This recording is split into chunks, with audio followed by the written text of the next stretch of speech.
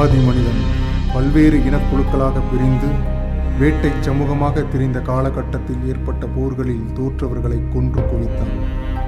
வேட்டை சமூகத்திலிருந்து மேய்ச்சல் வேளாண் சமூகமாக பரிணாம வளர்ச்சி அடைந்த பின் போரில் தோற்கடிக்கப்பட்டவர்களை அடிமைகளாக்கி வேளாண் நிலங்களில் உடல் உழைப்பில் ஈடுபடுத்தினான்.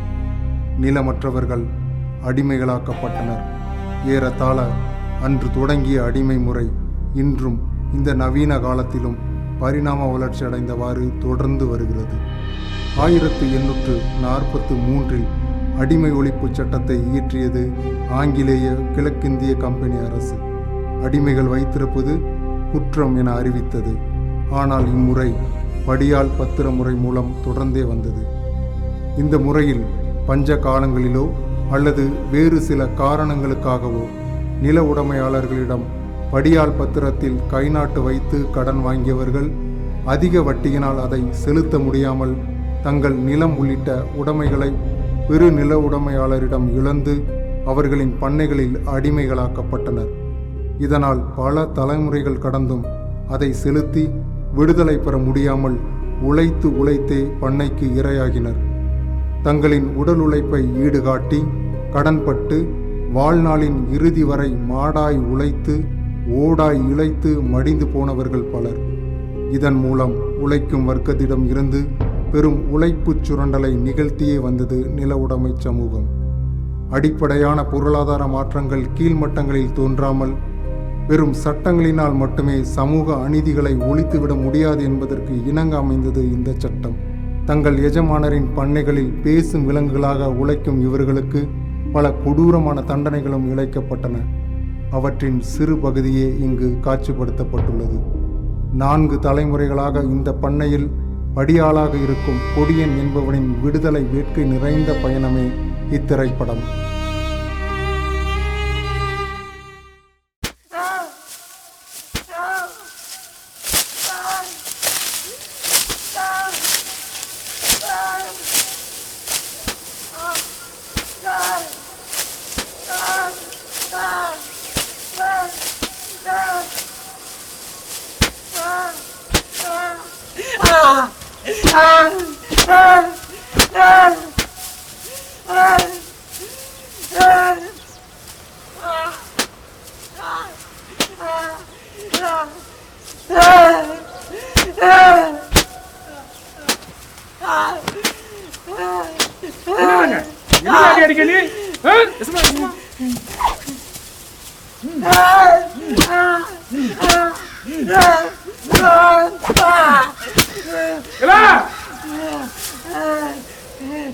எந்த பயலும் தெரிஞ்சோ தப்பிச்சு போன்னு நினைச்சீங்க துண்டு துண்டா வேண்டி தென்னை மணிக்கு வரமாச்சுவன் நாய் வரா.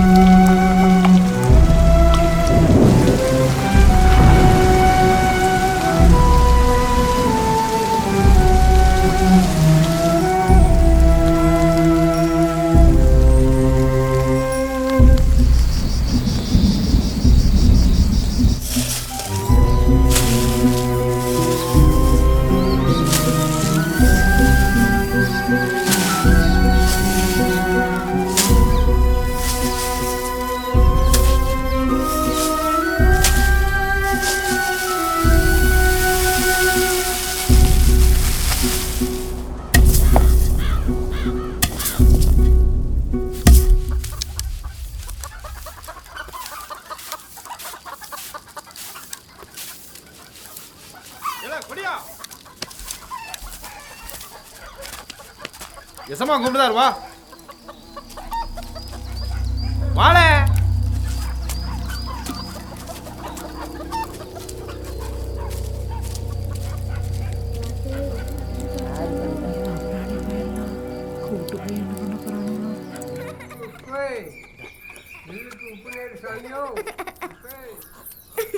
ஐயா, எனக்கு இந்த பூ எடுப்பா இருக்கா? எடுப்பா இருக்க. யார் கொடுத்தா? அதுவா, தாத்தா கொடுத்துச்சு. ஐயா, வடநாட்டுல கலகம் ஐயா, நம்ம ஆளுக்கும் பறங்க எனக்கும். கலகமா? என்ன சொல்லுத? ஆமையா, டெல்லி கோட்டையை நம்ம ஆளுக்கு கைப்பற்றிட்டாங்களாம். இதோட பரங்கியாச்சும் வந்து சுயராஜ்யம் வந்துருமா. அது விஷயமா சங்கத்துல இருந்து தகவல் வந்திருக்கியா? என்னென்ன? திருவண்ணம் கோட்டப்பிள்ளை வீட்டில் வச்சு நாளைக்கு ரகசிய கூட்டம் நடத்துறாங்க ஐயா. கம்பெனி சர்க்காருக்கு தெரியாம கூட்டத்துக்கு 2 தலைவர் வராங்களாம். 2 தலைவர் வராங்களா? அப்போ எப்படி போகிறதா உத்தேசம்? ஐயா, குறுக்க காட்டுப்பாதையா தான் பறங்க கண்ணில் படாம. அதான் விடிய முன்னே கொடியை கூப்பிட்டு கிளம்பலான்னு இருக்கேன் ஐயா. கொடியனா? அவன் எதுக்காவான்? உடப்பில் போட்டு மண்ணாச்சு மக்கவா? தடியை அவனாவது கூட்டிகிட்டு போங்க ஐயா. ஐயா, அவனும் இருந்தா தானே ஐயா சோழி நடக்கும். கோடமலை பிடிக்க வேண்டிய புறவையில் அறுத்து இருக்குங்களா ஐயா? நீ சொல்லணும் சரிதான். இல்லை கொடியா, சும்மா நாளைக்கு திருவண்ணாமலை வரைக்கும் போனோம். சரிங்க சும்மா 9 மணி வந்துரு. சரிங்க சும்மா போ. இல்லை கொடியா, சும்மா போம்பா, அந்த கஞ்சி எடுத்து அவனை குதிட்டு போல. அவுட்டு சும்மா.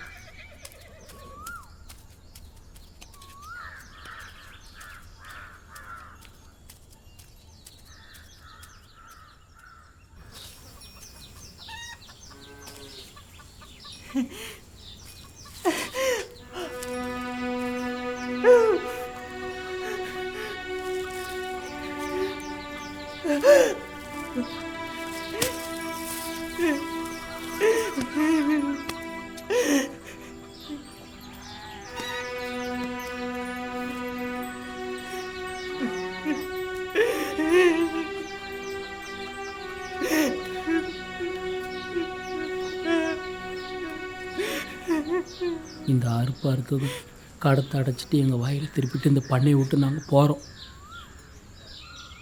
நீயும் ரெட்டக்கரையத்தை கொடுத்துட்டு இந்த பண்ணையை விட்டு போகிற வழியை பாரு. அதை விட்டுட்டு இங்கேருந்து தப்பிச்சு ஓடிடலாம் மட்டும் நினைக்காத. பழைய பண்ணைக்கு போகிறத முதல்ல விட்டு. அதான் உனக்கு நல்லது. எதை விட சொல்லுத? வனத்தி என் பொஞ்சாதி விவரம் தெரிஞ்ச நாள்ல இருந்து உனக்கு வாக்கப்படுதா மாமா நான் பிறந்திருக்கேன். எப்போ மாமா என்னை கட்டிக்கிட்டு சரி வளம் வர போகிறேன்னு என்னையே சுற்றி சுற்றி வருவான். எனக்கும் அவனை ரொம்ப இஷ்டம்.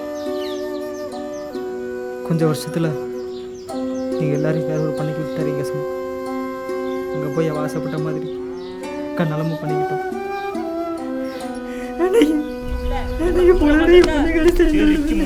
அவன் முடிய பிடிச்சி போட்டு மாமா, மாமா என்ன? மாமா விட்டுறாத மாமா. மாமா, மாமா விட்டுறாத மாமா என்ன? மாமா முதலாத்தி அம்மா எஸ்மா கூட படுத்து சரியா சரிக்கல. உன்னை அழைக்கிறதுக்கு ஆள் வருமா சரிக்குள்ள? அவளை துமரா சரிக்கும்.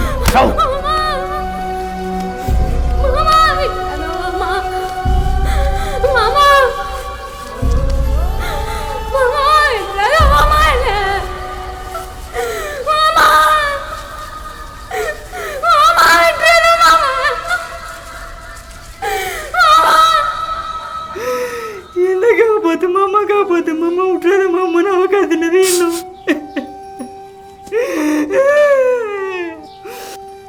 ஒரு நாள் காலையில் அரபணமா வந்து என்னவன்.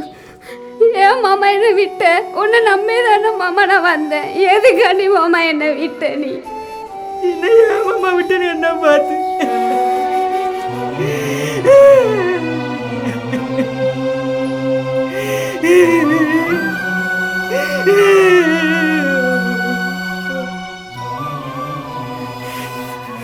அன்னைக்கும் பொழுதடையே வந்து பேச எனக்கு திருப்தி இல்லை.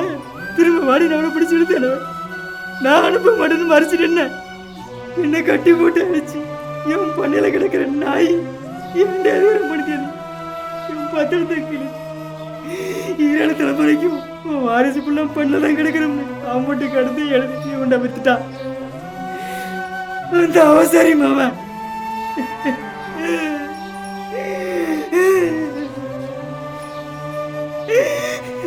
என்னைக்கு இருந்தாலும் நான் திரும்பி வந்துருவேன். என்னைய நம்பிக்கிட்டு இருக்க வளர்த்து அவளை விட்டுட்டு இருக்க சொல்லுதியா?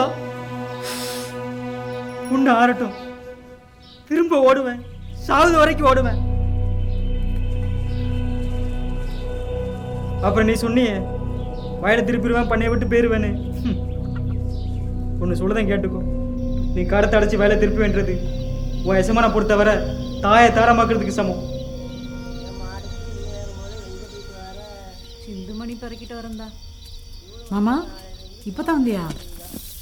ஏன் கூப்பிட்டாரு? என்னாச்சு மாமா? நாளை திருவண்ட வரைக்கும் போகணுமா, கொம்புது முன்ன வர சொன்ன. நீங்கள் மட்டுமா? ம் மாமா, நாளைக்கு பேசுறீங்க மாமா. வேண்டாம் அடுத்து, எனக்கு பயமா இருக்கு மாடத்தி. வேண்டாம் மாடத்தி. பயப்படாத மாமா, அதெல்லாம் ஒன்றும் ஆகாது. எதுக்கு மாமா பயப்படுத? நம்ம வய கிடைக்காது மாடத்தி. எசமா நம்ம வயல தர மாட்டாரு. காலத்துக்கு பண்ணையில தான் கிடைக்கணும் மாடத்தி. ஏன் மாமா இப்படிலாம் சொல்லுத? வேண்டாம் மாமா இத்தனை வருஷமா சேர்த்துட்டு வேண்டாம் வேண்டாம் மாடத்தி. நீ திடமாறு மாமா, முதல்ல பயமா இருக்கு மாடத்தி எனக்கு. இப்படி ஒரு வாய்ப்புக்கு தானே மாமா இத்தனை நாளாக காத்துட்டு கிடக்கும்.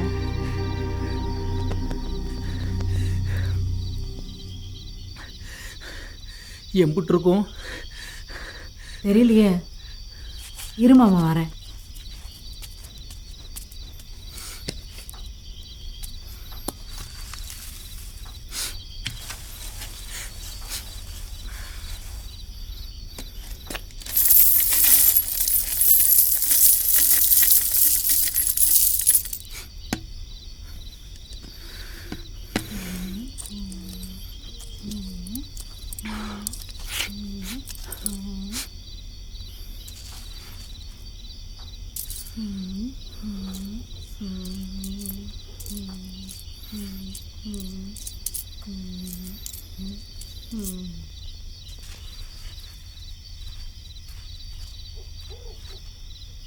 $328 4 பைசா.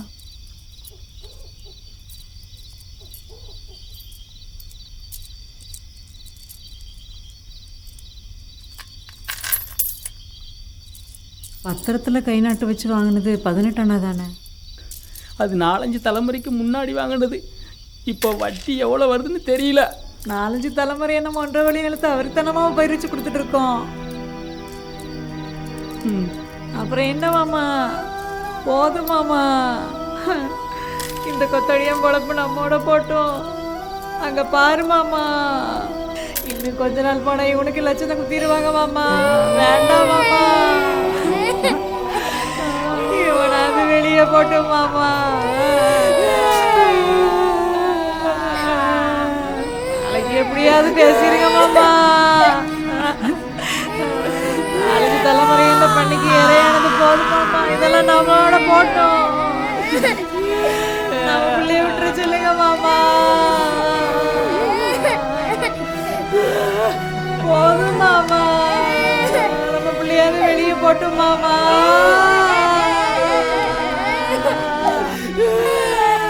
வெளியே போட்டோம் மாமா.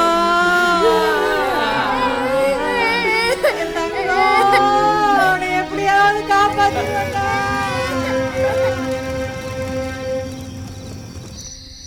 40-50 வருஷத்துக்கு முன்னால் வந்த கழகத்துலேயும் இப்படித்தான்.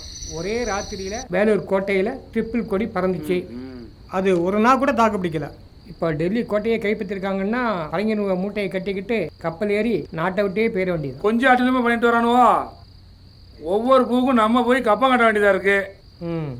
இதில் வேற நெல்லா வேண்டாம், எனக்கு பணமாக கப்பம் கட்டுன்னு சொல்லுதான். நெல் எடுக்க கரியத்துக்கு பூராத்தையும் விற்று கப்பம் கட்டிட்டு நம்ம சும்மா போக வேண்டியதான். விஜயா தண்ணி கொண்டா. அவன் அப்பங்குடி நிலத்தில் பயிர் வைக்கிற மாதிரிலாம் அதிகாரம் பண்ணிட்டு அலைதானுவோ. குடிமராமத்தை முடக்கி போட்டு நாட்டில் மழை தண்ணி நிற்க விடாமல் பண்ணிட்டானுவோ. போதா குறைக்கு விளைச்சல் பூராத்தையும் கப்பல்லையும் இந்த மரவட்ட பூச்சி மாதிரி ஊந்தி அதுலேயும் ஏற்றிக்கிட்டு அவன் நாட்டில் கொண்டு குமிக்கான். இதே மாதிரி போய்கிட்டு இருந்தா இன்னும் 10-20 வருஷத்தில் நம்ம நிலத்தை தரிசாக போட்டு கஞ்சிக்கு வழி இல்லாமல் எல்லாம் சாக வேண்டியதான். இந்த கழகத்தோடு பழங்கினவன் நாட்டை விட்டே போயாகும். இந்த அறுப்போட நம்ம இந்த பண்ணையை விட்டு போயிடணும் மாமா. நாளையோட பரங்கனுக்கு ஒரு முடிவு கட்டணும். நாளைக்கு நம்ம பிள்ளைக்காக பேசிடுமாமா.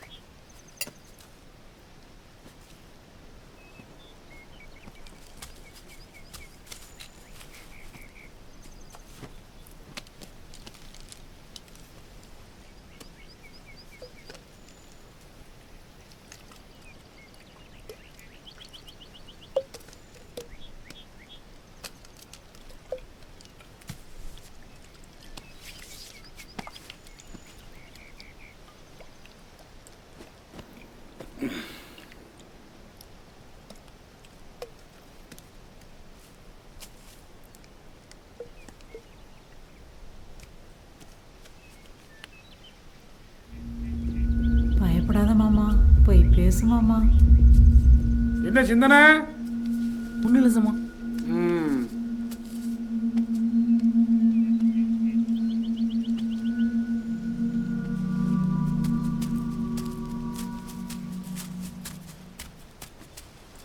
பேசம்மா. இல்ல இல்லேசம்மா. சொல்லி தொலையம்ல. என் முப்பாட்டை வாங்கின கடத்தால 4-5 தலைமுறையாக அவங்க பண்ணையில் தான் கிடக்கும். இதெல்லாம் எங்களோட போட்டும் சாமி. எங்கள் பிள்ளையாவது வெளியே போகட்டும் சாமி. வட்டி எம்பிட்டுன்னு தெரியல. 300 அணைக்கு மேலே சேர்த்து வச்சுருக்கோம். அதை எடுத்துக்கிட்டு எங்கள் வயலை கொடுத்துருங்க சாமி. இது காணல்னா விளைச்சல்ல எங்கள் ஆயுசுக்கும் வாரமோ குத்தையோ கொடுத்து கழிச்சிருந்தேசம்மா. எங்கள் புள்ளைய விட்டுருங்க சாமி. இந்த பண்ணையை விட்டு போகட்டும் சாமி.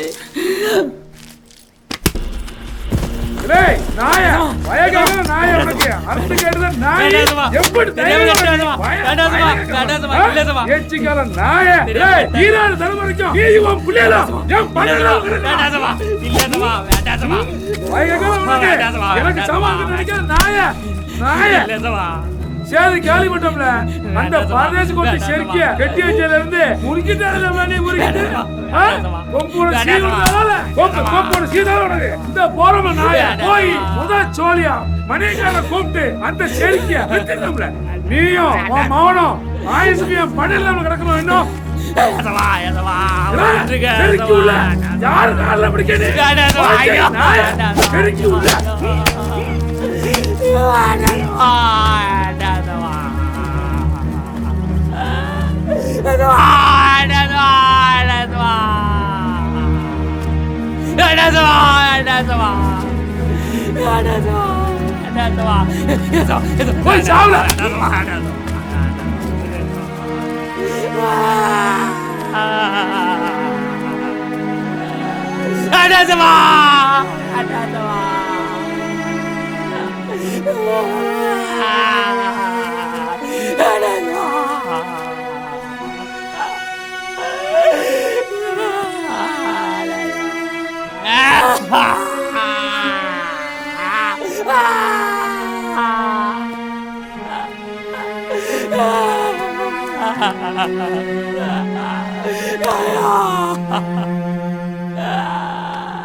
செருக்கி உள்ளக்கு வயல் கேட்காமல வயலே. இந்த நாய்க்கு அவ்வளவு திமிராயிட்டு அந்த நாய்க்கு.